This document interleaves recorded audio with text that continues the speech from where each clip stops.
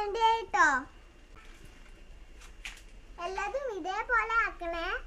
എന്നിട്ട് കനലിൽ വെക്കും.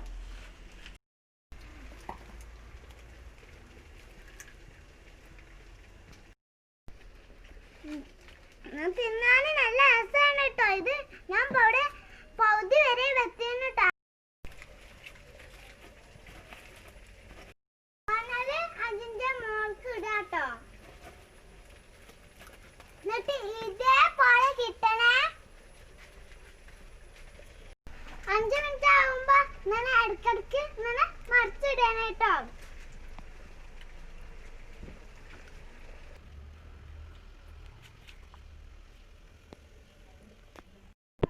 ഇനി നമുക്ക് എടുക്കാം. നല്ല അടിപൊളിയായിട്ട് വന്നിട്ടുണ്ട്.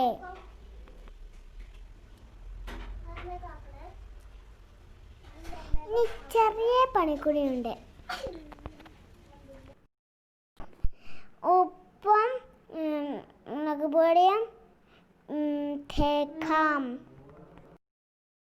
അപ്പൊ നമ്മുടെ മുളക് ഇട്ടതുണ്ട്, അതാക്കണേ.